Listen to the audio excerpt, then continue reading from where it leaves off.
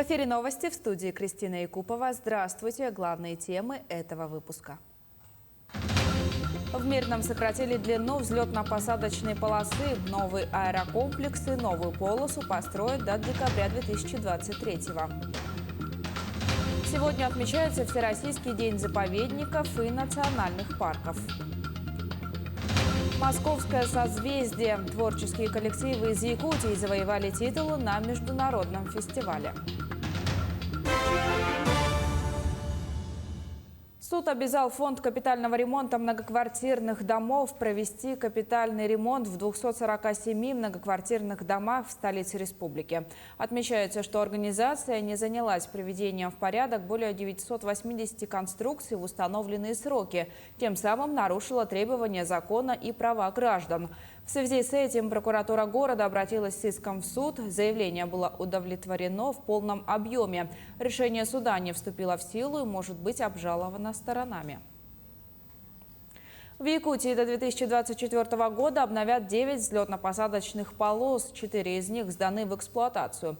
В Мирном же новую полосу, а вместе с ней и весь аэрокомплекс построят до декабря 2023-го.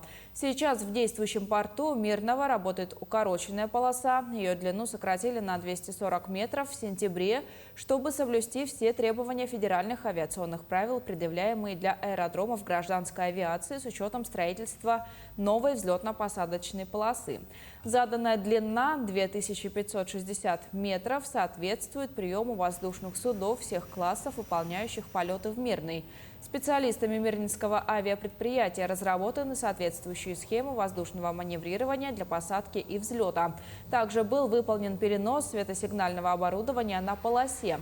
Воздушные суда авиакомпания «Алроса» оснастила дополнительным оборудованием для использования системы точного инструментального захода на посадку. Основная сложность заключалась в том, что мы три хозяйствующих субъекта одновременно занимались решением одной и той же задачи. Она должна была быть решена синхронно в течение одного дня. Даже, условно говоря, вечером жители нашего города прилетали на одну конфигурацию полосы, а утром они произвели посадку и вылеты, я абсолютно уверен, даже не обратив на это внимания, не заметив, на вот уже измененную схему. Строительство нового центра культуры завершили в селе Аппаны Намского района в рамках нацпроекта «Культура», инициированного президентом Владимиром Путиным.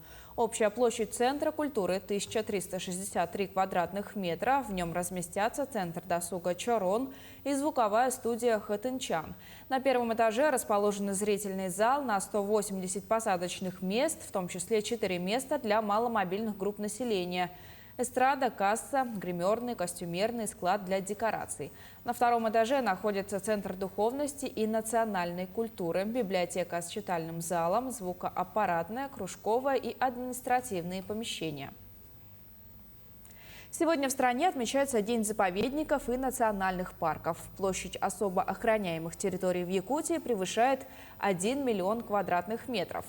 Километров. Так, в республике имеется 98 муниципального, 130 регионального и 7 федерального значения территорий. Один из них – национальный парк Кыталык, расположенный в Алайховском районе.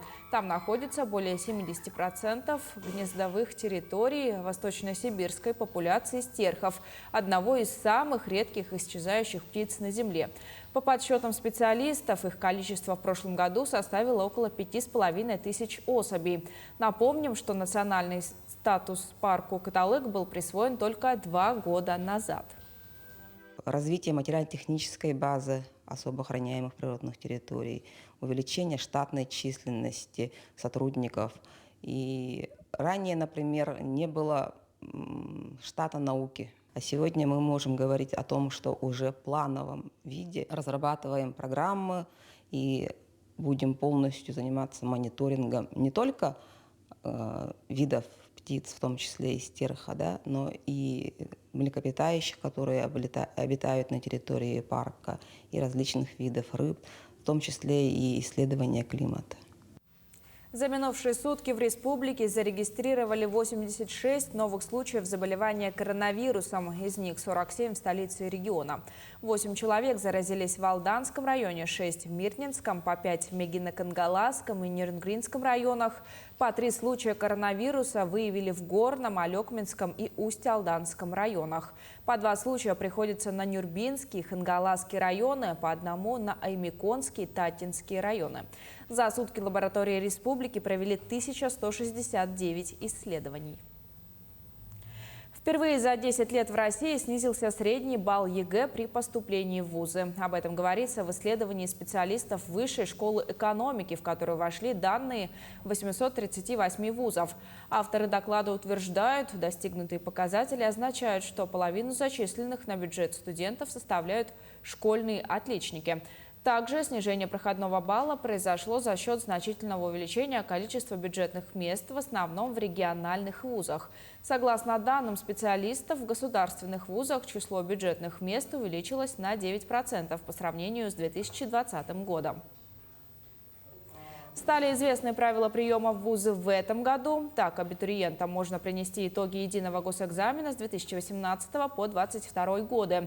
Подавать документы разрешается сразу в 5 вузов, а количество направлений каждый вуз определяет сам, не более 10.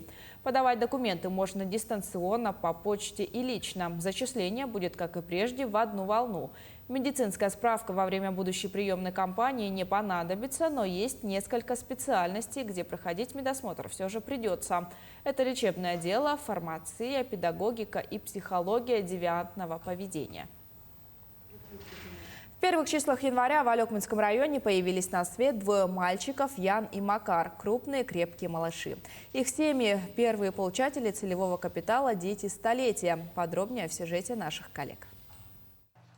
Самый лучший счет новорожденные малыши открыли в Алекминском районе крепкие мальчуганы Ян из села Кячи и Макар из города Алекминска. Оба малыша вместе с мамами первые в Алекминске получатели новой республиканской выплаты «Дети столетия». У супружеской четы Андреевых это второй ребенок. На выписке мамочку с братиком ожидала дочка Алиса. Второй ребенок. А первый кто у вас? Девочка. Вот, то есть это долгожданная, получается, получилась золотая пара, мальчик и Мальчик, девочка. девочка. Какой вес ребенка? 450. 450. И 56 сантиметров. Долгожданный малыш из селе Кячи. Новый год встретила дома, бой курантов получается, и под городской салют у меня воды отошли И вас доставили в больницу, ага, в роддом. в роддом. А как назвали сына и вот какой вес, рост?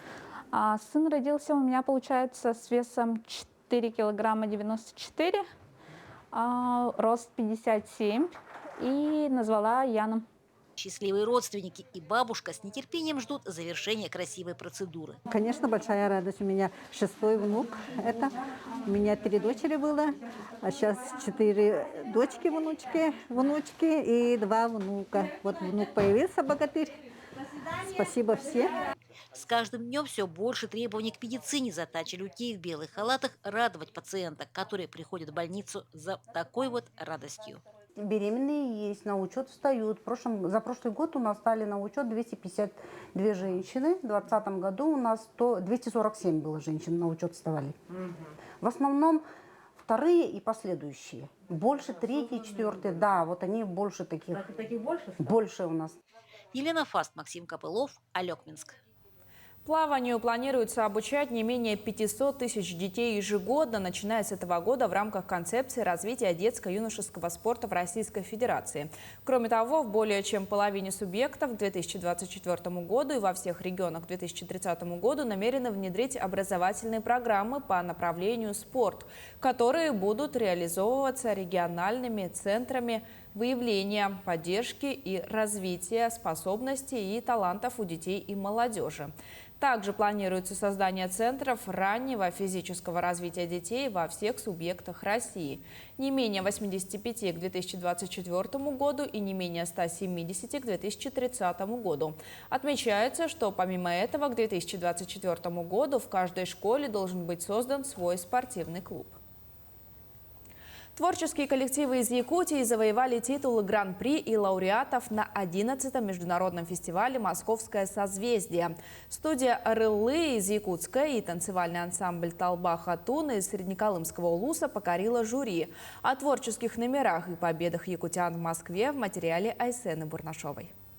Лауреат первой степени – творческая группа «Арыллы», Республика Саха, Якутия. Овации и бурные аплодисменты сопровождали студию «Арыллы» как на награждение, так и на выступлении. В номинации «Вокальное искусство» якутянки представили этно-песню о божестве Джигэгэй. Горловое пение, хамусы, эффектная подача номера, костюмы также сыграли весомую роль, считают якутянки. У нас про национальные костюмы, все вот это вот рукоделие же, да, поэтому и костюмы жюри так оценила, думаю. Московское созвездие проходит уже в 11-й раз. В этом году фестиваль собрал свыше 500 участников из разных уголков мира. Танцевальный коллектив «Талба Хатун» представил «Северный танец».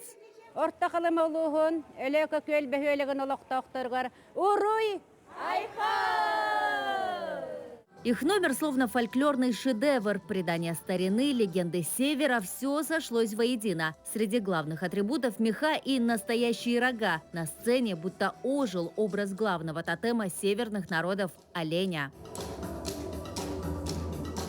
Как итог, самая высокая награда фестиваля уезжает в Среднеколымский район. Танцевальный коллектив получил гран-при сегодня. Творческая студия «Арыллы» стала лауреатом первой степени. Им обеим дали приглашение в Сочи, которое будет проводиться летом. В копилке наград у якутян также титул Гран-при декоративно-прикладного искусства. Я вырезаю алгыс и по своим вырезкам рассказываю, очищаю. Благодарю за такую высокую оценку. Россыпь якутских талантов сподвигла организаторов фестиваля к проведению одного из этапов в республике. И, возможно, уже в следующем году на сцену Московского созвездия выйдут еще больше победителей из Якутии. Огромное количество артистов, и молодое, и старшее поколение, и жанровость очень разнообразная якутских артистов. Поэтому мы просто будем рады, и жюри будут рады. Ну и вообще нужно показывать всем, что могут на якутской земле. Айсена Бурнашова, Виктор Олесов, Москва. Сотрудники научно-исследовательского института Аланхо Северо-Восточного федерального университета зарегистрировали базу данных русизмы в ранних текстах Аланхо в реестре Роспатента. Работа содержит 336 слов, заимствованных из русского языка. Русизмы выявлены из 9 ранних текстов Аланхо, записанных в конце 19 и в начале 20 веков. Исследователи отмечают, что работа может выступить как краткие, наиболее точные сведения о заимствованных словах в ранних текстах Аланхо. Оставайтесь на нашем телеканале, не переключайтесь.